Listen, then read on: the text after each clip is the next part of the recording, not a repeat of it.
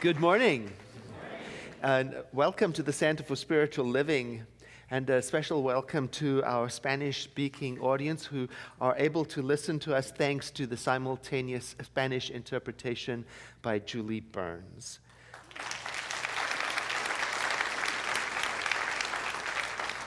The Center for Spiritual Living is a spiritual community that is organized around certain ideas, and these ideas are known as the science of mind.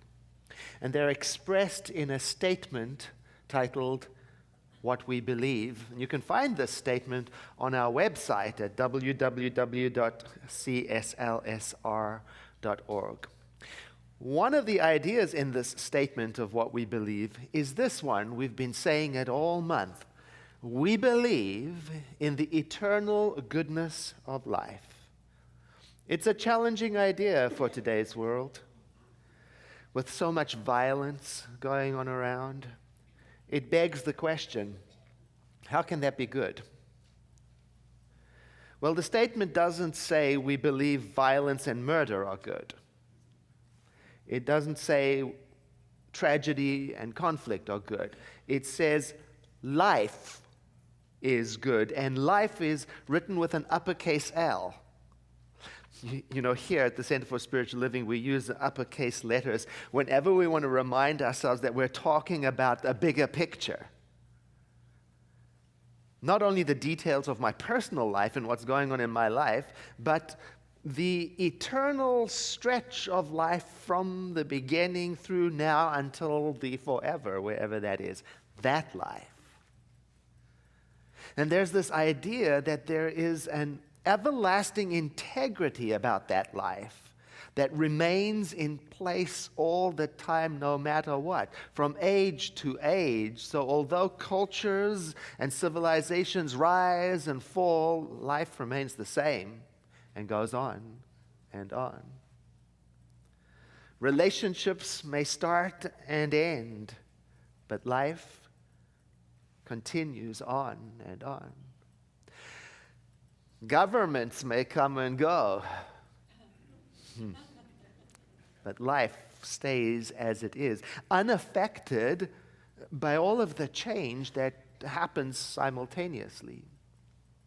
Now, those people who believe this are sometimes accused of seeing life through rose-colored glasses, because they tend to believe in and trust in the eternal goodness of life and its continuity. And the more they do turn to it and believe in it and contemplate it, the less fear they tend to have for the changing circumstances of life with a small l. The phrase itself, looking at life through rose-colored glasses, it means in particular having an optimistic perception of something, having a positive opinion. It means seeing something in a positive way, and it is also sometimes associated with thinking of something as being better than it actually is, a little rosier than it really is. Overemphasizing the cheerful and the positive when in fact things might be really actually quite bad. Now this month we've been thinking about that. We've been studying it. We've been asking the question, when does affirmative thinking or a positive attitude cross the line and become make-believe? So let's look at it using these points and break it down. We'll take the example. If I break my leg, being optimistic about it, for example, could mean that I go to the emergency room because I expect to be treated well and taken care of there. And then what does seeing this broken leg in a positive way mean? Well, look, a broken leg is a broken leg. And being positive about it may mean I notice that the rest of my body is intact. And I notice all the help that is around me. And I still go to the emergency room. Now, thinking about the broken leg situation as being better than it actually is, this is when I don't go to the emergency room. Because I'm telling myself, there's a silver lining here. This is all good. It's all good. Something good's going to happen. Everything's okay. It'll work out. And I close my eyes to what is actually going on, and I don't take any action. You see, I think there is a danger in not knowing the difference between an emergency and a positive point of view. I can believe in the eternal goodness of life while I'm taking care of business at the same time. Look, if my child goes running towards a busy street, I don't say, it's fine. There is an eternal goodness to life. No. I grab her gently, and without scaring her, I bring her back to safety, and then we discuss remaining on the sidewalk. I can see the value of having a good attitude about life. I can. Especially when I'm in the emergency room. It helps.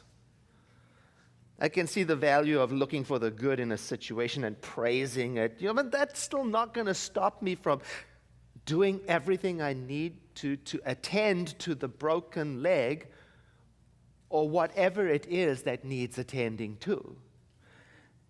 And there are a lot of things in this world today that need attending to. A good, optimistic, affirmative attitude can be very helpful sometimes. I learned that from my grandmother. She taught me that. She taught me that when it comes to life and attitude, you get more with honey than you do with vinegar. It made such an impact on me as a young person. I think it really got in me, and I think it shaped me because ever since then, I've always tried to be sweeter than sour. And to the point where it actually upsets some of my friends. They think I see life through rose-colored glasses. And I remember one of them said, Edward, aren't there just times when you've just got to come right out and be fierce and angry? Don't you have to sometimes connect with that, especially when you're advocating for your needs, or when you're addressing social injustice, or when you're discussing politics? And I said, well, I don't know other people's answers. I don't. But I do know that for me, my grandmother was right. I get more with honey than I do with vinegar. I do. I recently witnessed that happening right before me. Just because I introduced some plain, simple, ordinary kindness into a situation that was fraught with tension. I was standing in line at a food place to get some food, and the server in front of me was dealing with a particularly agitated and angry customer who was getting quite personal and in his face, and unreasonably so. And he was trying his best to maintain a professional disposition. Now, I could see it, dismantling his composure. And there was a whole line of people behind me that were getting progressively fidgety. Where's my food? And when eventually that customer moved on and it was my turn, I could see he was trying to wipe some of the tension from his expression, but he wasn't completely successful, and he looked at me and said, yes. It's rather abrupt, And I said to him, in my most sincere, authentic frame of mind, I said to him, you handled that very well. Not talking down, just human to human. And do you know, his eyes teared up. And he just said, thank you. And I could feel, when you feel the whole room go, and there was a change. Being affirmative or optimistic or seeing life as eternally good, it doesn't really change the hardships that the world is facing. Oh, but it can make a much-needed difference, especially when it is used to express compassion and connection and care and understanding. It can make a world of difference. I just returned from Mexico, where I attended the bilingual conference for Centers for Spiritual Living in Chapala. And I had such a moving experience there. I was one of the speakers at the conference, and Dr. Rebecca Pena, who is the founder of the Center for Spiritual Living in Mexico City, she asked if she could introduce me. And I thought, well, that's rather nice. You know, we have a relationship. What I didn't know is what she was going to tell them. And what she told the audience was that our community in Santa Rosa is a leader among communities because of how we supported the international community of Centers for Spiritual Living. And I'm listening to this, and she talked about what a difference it had made to the Spanish-speaking community of Central and Latin America because of our assistance. And I'm sitting there listening, and I figured out what she was referring to. Something we did in 2010. In 2010, we sat down and we made a list of every study group and center in the international territories, and we sent them a check, a modest check. You know, not a lot of money, a token, that just a message. You're handling things very well. We support what you're doing. We believe in you. And then we forgot about it and went along with our work. What we couldn't know was the impact it was having on the people who received it. Well, I got to meet them.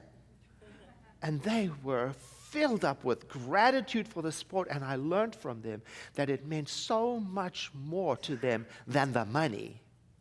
It communicated to them that they were part of a larger community, a family, that somewhere in the world there were people who knew them and saw them, and it gave them hope and courage to keep on going and keep on teaching. It instilled in them a positive outlook. Wow.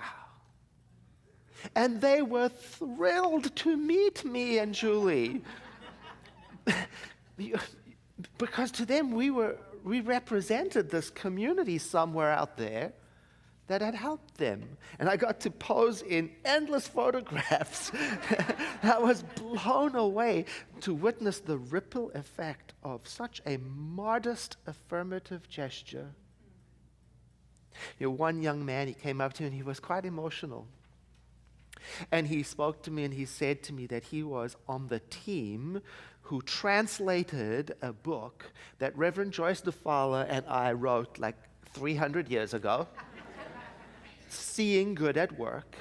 And he was shaking a little bit when he talked, because he said to me, I feel that the information in this book should be placed into the hands of millions because it has the potential to radically transform the workplace environment in my country. And I was like, really? I was blown away. And the whole experience reminded me of when I first started studying science of mind. When I had an optimistic attitude about everything. I started to remember when I was taught to look at life in a positive, affirming way, how I took that in and I became so excited about it. And that was before I became cynical and questioned everything. Oh, my visit to Mexico made me realize that I may have let myself become too afraid to think optimistically, in case I'm wrong. It helped me to remember just how excited I was when I first discovered the amazing secret power of affirmative prayer, and how nobody was safe around me. Because I would pray for everybody, for everything, all of the time, to bring more goodness into expression, because I was excited about it. And my visit to Mexico reminded me how easy it is for me to get bogged down by world events and how I can let them make me doubt, steal away from me my core conviction that there is something eternal and immortal and everlasting goodness that runs through life all the time, that I can draw upon, that I can consult, that I can let guide me in this world, whether that is to contribute to a cause I believe in, or to volunteer for a nonprofit organization that I resonate with, or to speak to my state representative about issues that are important to me, as long as I remember to bring along with me the honey in the form of genuine loving kindness, in the form of an open-minded, innocent approach to life, in the form of a just good attitude.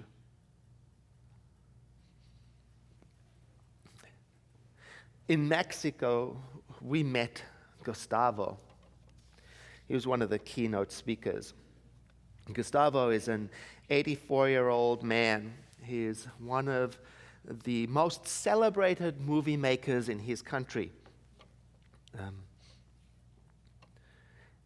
He has no formal training in science of mind.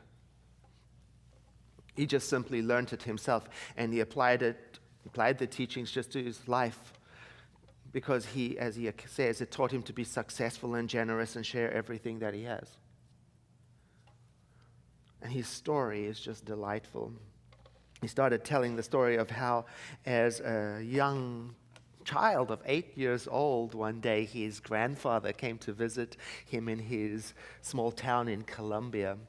And he brought with him the biggest denomination of money in his country, and he gave it to Gustavo as a gift. And the kid was blown away. And it just started to open his mind, and he started to think of all the things he could do, the places he would go, the things he would buy, the experiences he would have, and his mind was just swirling with the delight of the possibilities from this gift, so much so that he lost the bill. And with it, he lost all of his dreams. And all of the possibilities just went out the window. And he cried, and he cried, and he cried. And in all of his crying, he remembered that his mother was of the habit of going to church regularly. And he said to her, "Why do you do that?" And she said to him, "Gustavo, I go to ask for your happiness. I go to ask that you and your brothers be healthy. I go to ask that there be love in our family. I go to ask that we have food." And he thought, well, if she can do it, it's worth a shot. And so he went. He went to church. He said, "I'm going to try." And he got into the church, and he said, "Well, I'm here. I'd like my money back." And he left.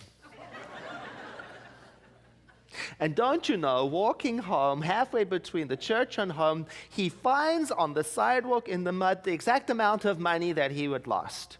Now look, I don't know. Who knows what caused that money and that amount and that denomination to be there on the sidewalk at that time? The point is, as Gustavo told it, he teared up as he remembered the impact of this simple little incident that it had on his young mind. It set in motion in him a lifelong practice of being willing to ask for what he wanted and to expect it to come. That single moment in his life set him on a track of expecting life to be good. Now, you might say, he looks at life through rose-colored glasses, and he would be the first to admit it. And he explained, it's not without its pitfalls. There's some hazards. Being willing to believe in good and to trust good, it makes a person vulnerable to mischief. And he told how his optimism and his expectation that everybody else was affirmative and truth-loving got him kidnapped by Nigerians. Now, I had heard about the famous Nigerian scams. I never actually met anybody who was taken by one. He was taken out of his country and held hostage in Nigeria for $2 million. Now, I don't have time to tell you the hilarious and improbable set of events that followed. But let me just say that throughout this terrifying experience, he remained on track. He did not let it take away his trust in life, in the goodness that life is, and its ability to create them. He stayed on task with it. Sometimes I do that. I let terrifying events steal my conviction and change my perspective and corrupt my belief. After the conference, I had the good fortune of riding to the airport, Guadalajara, with Gustavo in the car, and he's a talker. And he said to me, this thing you call God, it's energy, it's life, and it doesn't care how you use it. And I said, really? Tell me more. And he said, in my country of origin, there are people who kill for a living. They're assassins. And they are amongst the most religious people. And it's very common for them to go to church to ask for success in their killing. And then he said to me quite seriously, it was a chilling moment, he said, and they are successful.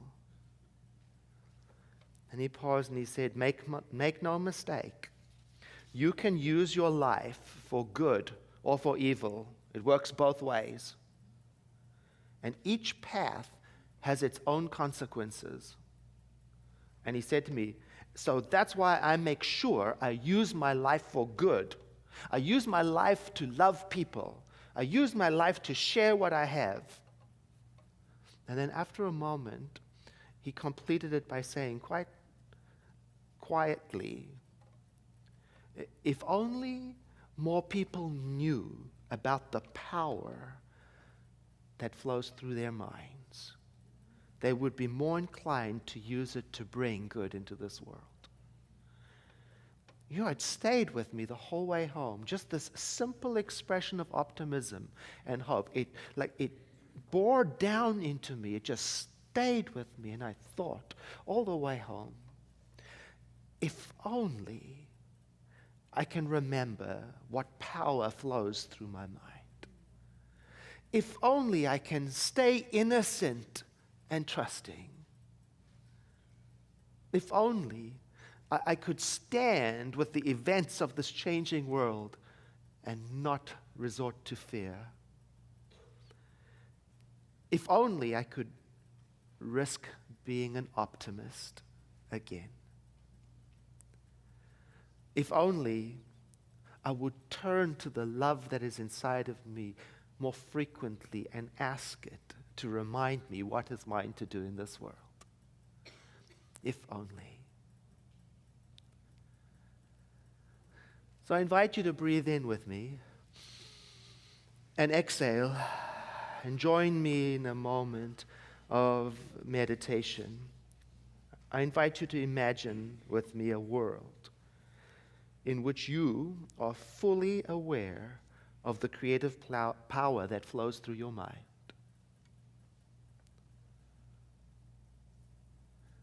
I invite you to imagine a world in which you have maintained your innocence and your trust in life.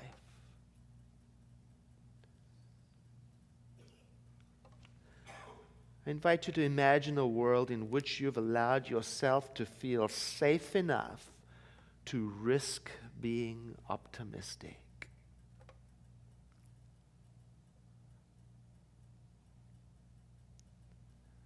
And imagine a world in which you regularly let yourself be guided by the love in your heart so that you know what is yours to do in this world to help, to nurture, to connect, and to love.